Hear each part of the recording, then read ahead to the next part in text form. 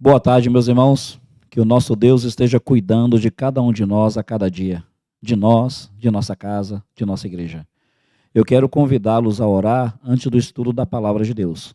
Temos alguns irmãos que estão internados, alguns irmãos que precisam de uma expressão especial do cuidado do Pai. Quero lembrar do irmão Arlindo e da irmã Orlinda. O irmão Arlindo está internado, está na UTI em observação. Graça do Pai sobre ele, sobre a irmã Orlinda, casal mais de 60 anos casados, e sobre os filhos. Quero lembrar também de orarmos pela nossa irmã Niceia, que está por fazer uma cirurgia, a irmã Luciene, o pastor Gilberto, o pastor Evaldo, estão com câncer. Meus irmãos, clamemos pelo nosso povo que está passando por luta. Vamos falar com Deus então. Pai amado, nós adoramos o teu nome. Nós clamamos a ti para que se agrade de nós por causa de Cristo. E, ó Senhor, estende a tua mão sobre o teu povo, Pai, sobre todos nós, porque precisamos muito de ti. De uma maneira especial, Pai, lembramos do irmão Arlindo. Senhor, se agrade, Pai, em preservar a vida do nosso irmão e dar a ele qualidade de vida. O irmão Rosalino, que está ali em sua casa, gripado. Senhor, seja com a irmã Niceia, que está por fazer essa cirurgia. A Moane, a irmã Luciene, obrigado pela cirurgia que ela fez. Ó Pai, abençoa o pastor Gilberto. Senhor amado, suplico pela sua recuperação. O pastor Evaldo. Senhor, toma conta do teu povo, Pai. Seja com o nosso tempo de estudo na tua palavra. Em Cristo nós te pedimos, ó Deus. Amém, Senhor. Amém. Meus irmãos, nós estamos estudando sobre a presença de Deus. Estamos aprendendo de uma forma devocional, de uma forma meditativa, como é a presença de Deus. E nós começamos falando sobre uma diferença da presença de Deus, porque Ele é onipresente, Ele está em todos os lugares, e a presença de Deus no sentido relacional. É quando Ele se faz presente, não porque Ele é onipresente apenas, mas porque Ele está ali por tua causa, para se relacionar com você, de uma forma pessoal, de uma forma íntima, de uma forma individual. Meus irmãos, é maravilhoso saber que Deus está aqui agora, não apenas porque Ele está em todos os lugares, mas por minha causa, por sua causa, porque Ele quer se relacionar conosco. Louvado seja o Pai. Nós vimos como é que o homem tem reagido. Tem aqueles que se escondem, tem aqueles que fogem, tem aqueles que se tornam insensíveis. Mas, meus irmãos, hoje eu gostaria de pensar no aspecto reativo da presença de Deus. Como é que Deus, na sua presença relacional, age com o homem quando o homem tende a ignorá-lo, quando o homem tende a desmerecê-lo, quando o homem tende a resistir a essa presença tão maravilhosa. E então eu gostaria de convidá-lo a pensar nesse texto que será apresentado aqui, Oséias capítulo 6, versículos 14 e 15. Dizem assim: Pois serei como um leão para Efraim, e como um leão forte para a casa de Judá. Eu despedaçarei e irei embora. Eu os arrancarei e ninguém os livrará. Irei e voltarei para o meu lugar, até que se reconheçam culpados e busquem a minha face. Quando estiverem aflitos, eles me buscarão ansiosamente. Meus irmãos, aqui Deus está falando para que o profeta Oséias fale ao povo. E tem duas expressões que Deus usa aqui, considerando como é que a presença dele reage quando nós endurecemos nosso coração. No versículo 14, ele diz assim: irei embora. E no versículo 15, ele fala: irei e voltarei para o meu lugar. Pensa comigo. Se nós sabemos que Deus é onipresente, quando diz que ele vai embora, como assim? Como diz que ele vai se retirar? Como é que ele se retira se ele está em todos os lugares? E quando fala que ele irá para o seu lugar, ora, existe um local que seja que Deus não esteja? Quando fala que ele vai se retirar, que ele vai embora, que ele vai para o seu lugar, o que ele está dizendo? Considere, é a presença relacional. É quando ele retira a sua presença relacional. É quando ele vai embora desse relacionamento. Meus irmãos, tem uma lição muito preciosa aqui. Tem algo muito importante que nós precisamos considerar. E isso daqui é para nos levar a entender o seguinte: Deus, ele quer se relacionar conosco. mas o amor de Deus, a sua graça, a sua misericórdia em querer se relacionar conosco, não faz dele um desesperado. Alguém que haja o que houver, façamos o que fizer, ele vai ficar sempre ali de prontidão. Não, a presença relacional de Deus reage ao coração duro do homem. E isso deve nos levar a ter um coração cheio de temor. Que Deus não retire a sua presença da minha vida, que Ele não vá embora de mim, que Ele não se retire do meu casamento, da minha família, do meu ministério, da minha igreja, nem da minha vida. O que isso quer dizer? Quando Deus fala que irá embora, que vai se retirar. A gente precisa entender um pouco o livro de Oséias. Deus vai usar as experiências conjugais e familiares de Oséias para, através disso, ilustrar como é que estava sendo a experiência dele com o povo de Israel. Assim como Oséias terá uma esposa, o povo de Israel é a esposa de Deus. E Deus vai chegar em Oséias e vai dizer assim: Oséias, toma para você uma mulher de prostituição. Capítulo 1, versículo 2, ele começa falando assim. Ele diz: olha, Oséias, você vai casar com uma mulher infiel. Você vai encontrar uma mulher numa vida vulgar. E você vai casar com essa mulher mesmo assim. O que Deus está fazendo?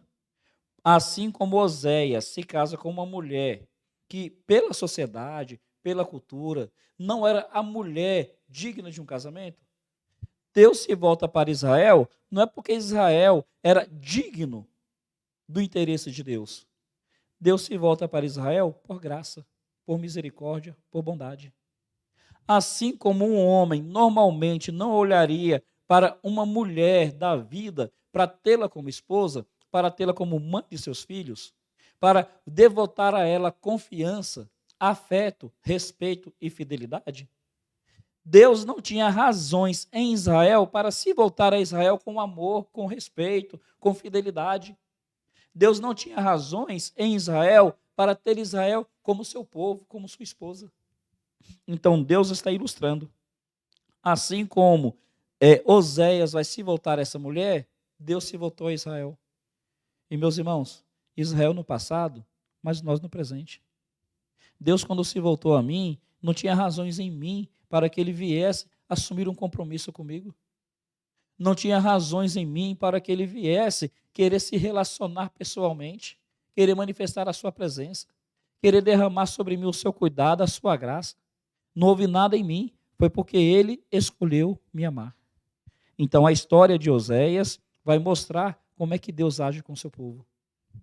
E o que acontece então na história de Oséias com a mulher dele? A mulher se chamava Gomer.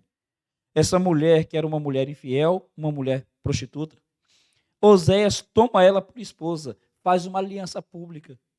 Diz a todos: a partir de agora, essa é a minha mulher, eu vou respeitá-la e vocês têm que respeitar. Essa é minha mulher, eu tenho uma aliança de cuidado e eu quero manifestar isso a todos. Foi o que Deus fez conosco.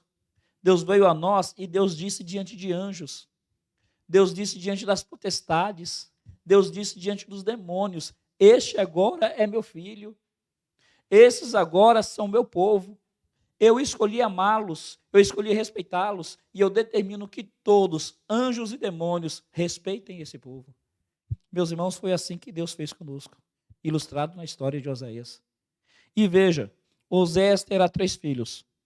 O primeiro filho será chamado Deus semeia. O segundo filho, que é uma mulher, será chamada desfavorecida.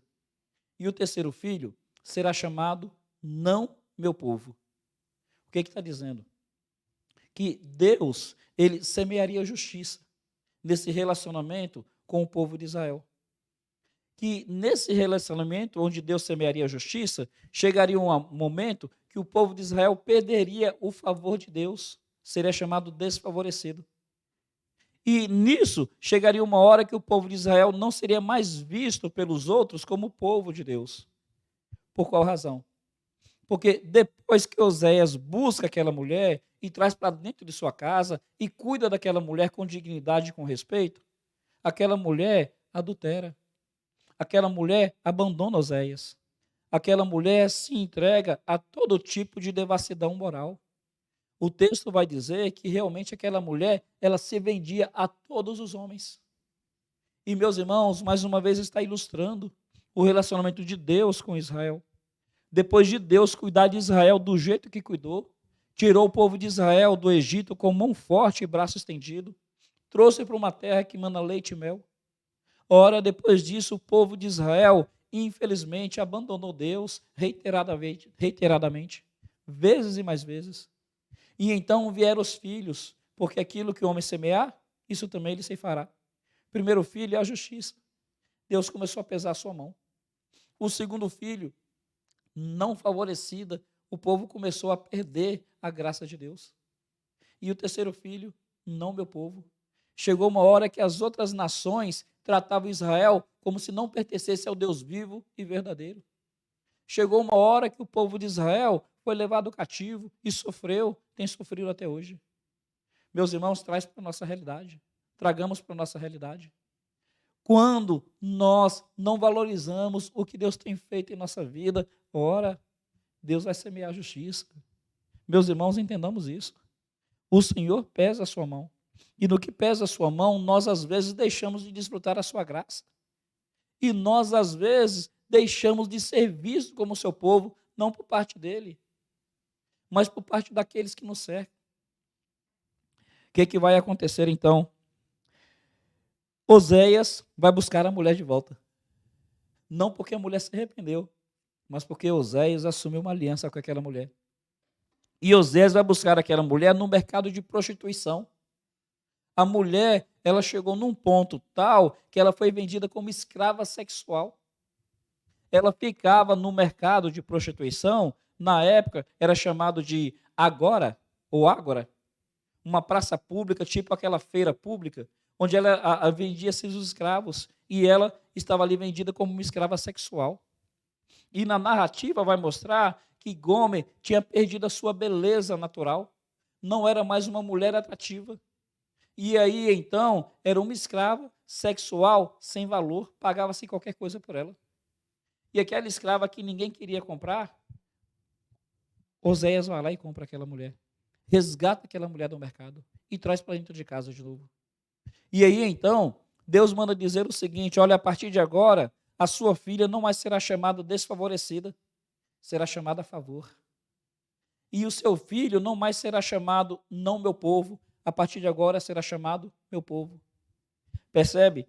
Deus se voltando em graça. Assim como Oséias busca aquela mulher e traz de volta, mesmo aquela mulher tendo traído Oséias vergonhosa e publicamente, Deus tem buscado o povo dele, tem insistido, tem ido ao povo dele, de tal maneira que tem mudado a sorte. Olha, quem era desfavorecido, vou chamar de favor, vou manifestar graça mais uma vez.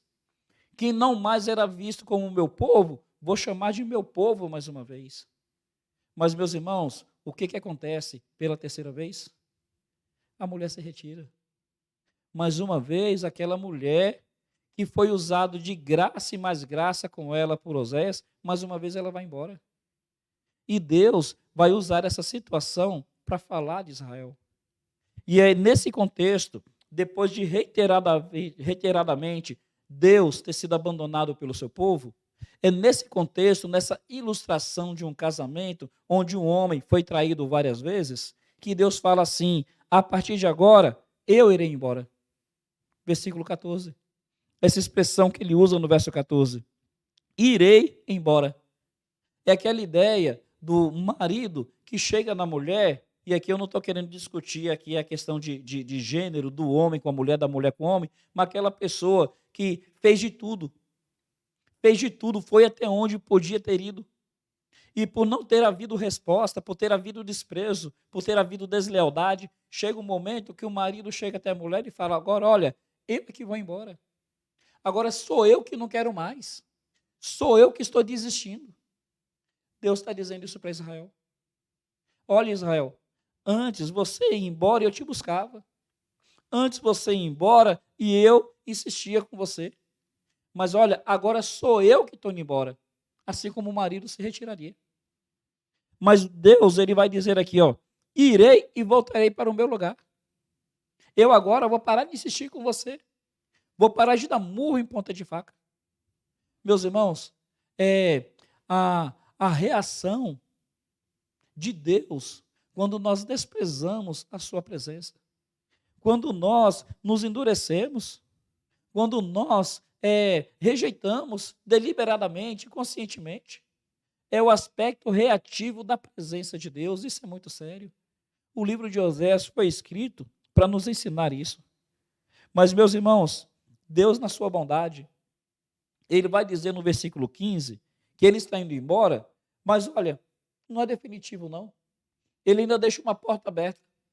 Ele está dizendo, olha, antes eu insistia com você, eu não vou mais insistir, não. Eu irei embora, eu irei para o meu lugar, versículo 15, até que reconheçam que são culpados e busquem a minha face. É o marido dizendo para a mulher, olha, eu fiz tudo o que eu podia fazer, eu insisti, eu estou indo embora. Mas veja, eu quero que você saiba de uma coisa, se houver mudança na sua vida, eu te aceito de volta. Meus irmãos, não entra em nossa cabeça o marido fazer isso, né?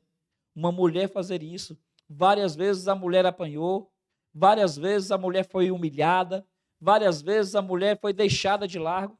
Aí a mulher diz, olha, eu vou embora, mas eu te aceito de volta se você mudar. A gente não entende isso, né? O homem é traído reiteradamente. O homem foi traído a primeira, foi traído a segunda. Chega um momento que a criança que nasce, ele fala, não é meu filho.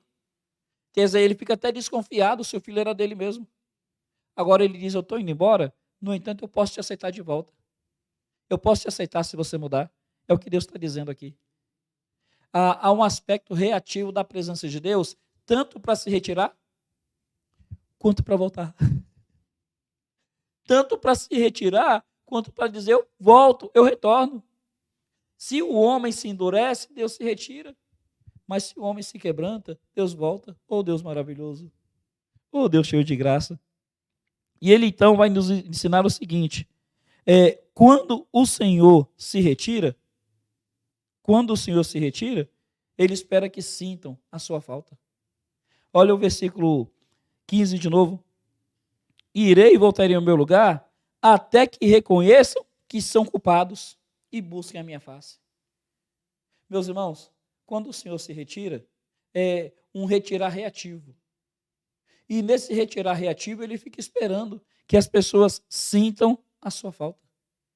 Nesse sentir a sua falta, ele espera que as pessoas percebam que ele se retirou, não foi por um problema dele, foi por um problema da pessoa. Como é que Isaías disse?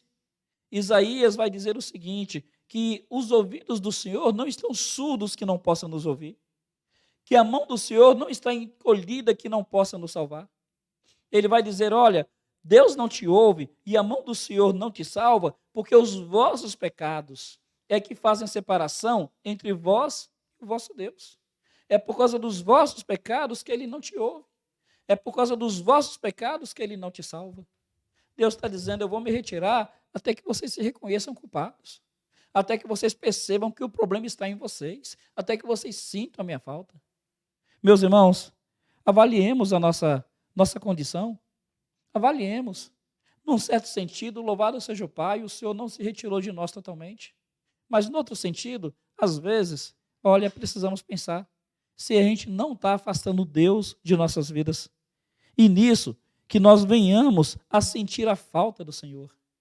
O último estudo nosso, falando sobre Sansão, a gente estava considerando sobre aqueles que ficam insensíveis à presença de Deus. A gente falou sobre Moisés, que olhou para um lado, olhou para o outro, mas não olhou para cima. A gente falou sobre os escribas e fariseus, quando os magos do Oriente vieram perguntar onde estava Jesus. Os escribas e fariseus sabiam onde Jesus nasceria. Eles conheciam as profecias. E eles sabiam que era perto dali, 8 quilômetros. Eles viram a estrela no alto, porque os magos mostraram. Mesmo sabendo, eles não foram, eram insensíveis. Meus irmãos, a igreja do Apocalipse, Laodiceia, Jesus fala, tu dizes que é rico e abastado, mas tu és miserável, pobre e segue nua. Eu estou à porta e bato. Aquela igreja achava que estava tudo bem, Jesus estava do lado de fora e ela não percebia. O Senhor espera que nós sintamos a sua falta, que nós reconheçamos os nossos pecados. Meus irmãos, quando o Senhor se retira, Ele quer que o seu povo busque. Não por capricho divino, mas por verdadeira manifestação de arrependimento. Aquele marido, depois de ter sido traído reiteradamente, aquele marido, depois de ter feito tudo o que deveria ter feito, aquele marido, depois de ter pago todos os preços necessários, aquele marido se retira, ele espera que a esposa o busque arrependida. A mulher que de repente fez tudo o que podia fazer, aquela mulher que foi envergonhada, que foi humilhada, que foi espancada, ela se retira. Olha, ela espera que o marido volte até ela arrependido. É isso que o Senhor espera de nós. Quando o Senhor se retira, Ele espera que nós o busquemos. Observe, por favor, o versículo 15 de novo. Irei e voltarei para o meu lugar, até que reconheçam que são culpados e busquem a minha face. Me perdoem. Busquemos o Senhor com humildade, busquemos o Senhor com lágrimas, busquemos o Senhor com intensidade e com arrependimento. Meus irmãos, não permitamos que o Senhor se retire de nossa vida. E nisso, meus irmãos, quando o Senhor se retira, Ele espera que as pessoas paguem o preço do tempo e da disciplina. Observe o versículo 1. O último versículo, que foi o verso 15 do capítulo 15, né, termina dizendo: cedo de madrugada me buscarão dizendo. Cedo de madrugada me buscarão dizendo. Versículo 1 do capítulo 6. Vinde, voltemos ao Senhor, porque Ele nos despedaçou, Ele nos sarará. Ele fez a ferida, Ele a ligará. Percebe que eles estão se submetendo à disciplina? Eles estão dizendo, olha, nós reconhecemos que essas coisas que Deus permitiu em nossa vida foi por culpa nossa. Mas olha, nós vamos buscar a Deus, porque aquele que pesou a mão é o mesmo que vai retirar a mão. Aquele que permitiu a dor é que vai trazer o bálsamo. Se submetem à disciplina de Deus. Assim como a mulher, depois de reconhecer que errou com o marido, ela precisa voltar e se submeter às condições do marido. Assim como o marido, quando reconhece que errou com a mulher, precisa voltar e se submeter às condições da mulher. Deus está dizendo que Ele espera que as pessoas sintam a sua falta, reconheçam que são culpados e o busquem pagando o preço da disciplina. E, meus irmãos, o preço do tempo. Olha o verso 2. Depois de 2 dias, Ele nos vivificará. Ao terceiro dia nos levantará e viveremos diante dele. Percebe? Depois de 2 dias, ao terceiro dia, se submete ao preço da disciplina e ao preço do tempo. Não é assim, pisou na bola, depois estrala os dedos e o marido vem correndo de volta. Não é assim, pisou na bola, estrala o dedo e a mulher corre de volta. Não, Deus está mostrando que Ele tem interesse em se relacionar conosco, mas Ele não está desesperado por isso. Deus está mostrando que diante das nossas reiteradas atitudes que desprezaram a sua presença, Ele também espera que agora haja arrependimento com fruto, que haja o preço da disciplina, que haja o preço do tempo. E, meus irmãos, isso para Deus é tão sério, isso para Deus é tão importante, que Ele reitera que Ele está cansado de arrependimentos vazios. O versículo 4, Deus diz assim: que te farei, ó Efraim? Que te farei, ó Judá? Pois o vosso amor, tem tradução que fala que é o vosso arrependimento, é como a nuvem da manhã e como o orvalho que logo passa. Deus está dizendo, olha, o que eu vou fazer com vocês? Vocês estão dizendo que vão me buscar logo cedo, vocês estão dizendo que vão se submeter à disciplina, que vão pagar o preço do tempo, mas a minha experiência com vocês tem sido a seguinte: o arrependimento de vocês é como o orvalho que rapidamente seca, é como aquela nuvem que o primeiro vento leva embora. Deus está dizendo para o seu povo o seguinte: olha, o arrependimento tem que ser mais do que palavras vazias. A busca tem que ser mais do que coisa de momento, do que coisa circunstancial. E mais uma vez vamos lembrar que está sendo ilustrado por um casamento. Oséias diria para a esposa: ó, você está vindo atrás de mim agora, mas essa música eu já ouvi antes. Essa história você já me contou. Quando eu te procurei a primeira vez, você vivia de prostituição e você disse que ia mudar. Eu te trouxe para dentro de casa. Tive filhos com você e você me abandonou. Aí eu vou atrás de você, você volta dizendo que agora vai ser diferente. Você volta dizendo que agora vai valer a pena. Eu mudei a tua sorte de novo. Eu acolhi os filhos que você teve sem ter certeza se eram meus mesmos. A desfavorecido eu chamei favor. A não meu povo eu chamei meu povo. E você dizendo que ia mudar, o que acontece pela terceira vez? Você foi embora. E agora você volta dizendo que vai ser diferente. É onde acontece o versículo 4. Que te farei? Porque o vosso arrependimento, o vosso amor, é como o orvalho, rapidamente seca. À noite cai o orvalho sobre a terra, de manhã sai o sol e rapidamente aquela umidade seca. Assim está sendo o amor de vocês. Assim está sendo o arrependimento. Deus falando para o povo. Meus irmãos, nós precisamos parar para pensar nisso. Eu, particularmente, quantos votos que eu já fiz, e de repente eu vejo que esses votos caem por terra. Meus irmãos, nós precisamos empenhar o nosso coração nessa busca.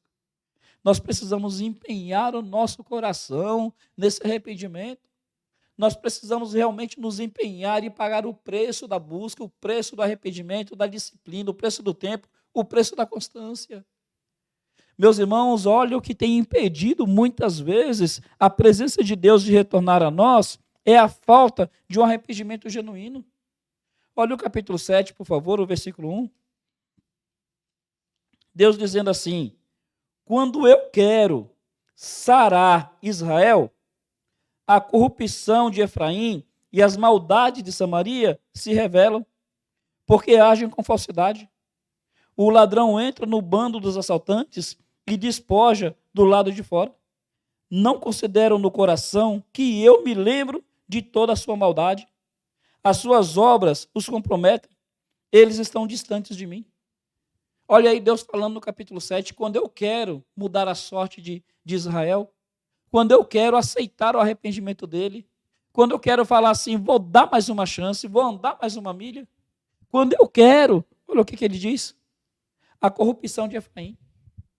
Meus irmãos, aquela ilustração, a mulher volta para o marido dizendo que agora vai ser diferente, e o marido no primeiro momento resiste. Não, eu já ouvi essa conversa antes, eu já ouvi essa história antes, essa música já foi cantada antes. Aí chega uma hora que o marido quer até voltar, mas aí ele vê mais uma vez a mulher com atitudes erradas. É a mulher querendo dar uma chance para o marido, mas aí ela vê que quando ela quer voltar, olha o marido mais uma vez com as mesmas atitudes. É Deus ilustrando isso, falando do seu relacionamento com o seu povo. Meus irmãos, é por falta de arrependimento genuíno que muitas vezes o Senhor não retorna com a sua graça. E aqui então, eu fico considerando a lição final. Eu fico considerando aqui a lição que é a principal. Observa mais uma vez o capítulo 6, o versículo 5, diz assim: pois quero misericórdia e não sacrifícios, o conhecimento de Deus mais do que os holocaustos. Meus irmãos, Deus está dizendo que Ele não quer nada exterior. Olha, eu quero misericórdia e não sacrifício. O que é misericórdia? É uma expressão que quer dizer o coração do homem reconhecendo a própria miséria. Misericórdia. O coração do homem pedindo para que Deus se volte a ele, apesar da sua miséria. Olha, misericórdia eu quero e não apenas sacrifício. O sacrifício é coisa exterior. Sacrifício o homem faz, mas sem mudança de coração, sem reconhecimento de pecado, sem arrependimento. Deus fala, eu quero misericórdia e não sacrifício. Deus vai dizer, eu quero o conhecimento de Deus e não o holocausto. O que é o conhecimento? É o relacionamento íntimo, é saber quem Deus é saber como Deus faz, é saber do que Deus gosta. Meus irmãos, a palavra de Deus nos leva a considerar a presença de Deus. Tem a presença no aspecto da sua onipresença, está em todo lugar. mas tem a presença no aspecto relacional. É essa presença onde Deus vem a nós, não porque Ele está em todo lugar, mas porque Ele quer se relacionar conosco. O homem tem agido para com a presença de Deus de maneiras negativas, se escondem, fogem, são insensíveis. Há um aspecto reativo de Deus para isso. Deus diz que irá embora, como Ele vai embora se Ele está em todo lugar? Deus diz que vai se retirar, como Ele se retira se Ele está em todo lugar? Não é a sua onipresença, é o seu relacionamento, a sua presença relacional. Ele diz, olha, eu não estou nisso, eu não vou estar mais com você, eu vou me retirar, eu vou para o meu lugar. Mas olha, essa presença relacional tem esse aspecto reativo, tanto para se retirar, quanto para voltar. Vou me retirar até que se reconheçam culpados. Até que busquem minha face, até que sintam minha falta. Até que tenham um arrependimento que não seja coisa de momento, aquele arrependimento que paga o preço do tempo, que paga o preço da disciplina. Até que percebam que não é uma questão exterior de sacrifício, de holocausto. É uma questão interior, de misericórdia e de conhecimento de Deus. Em nome de Cristo, que essa palavra venha ao seu coração. Em nome de Cristo, que essa palavra frutifique no meu coração. Em nome de Jesus, que nós amemos a presença de Deus de forma que hajamos de maneira que ela nunca se retire de nós. Louvado seja o nome do Senhor. Muito obrigado pela atenção. Que Deus abençoe a cada um de vocês. Um carinhoso abraço.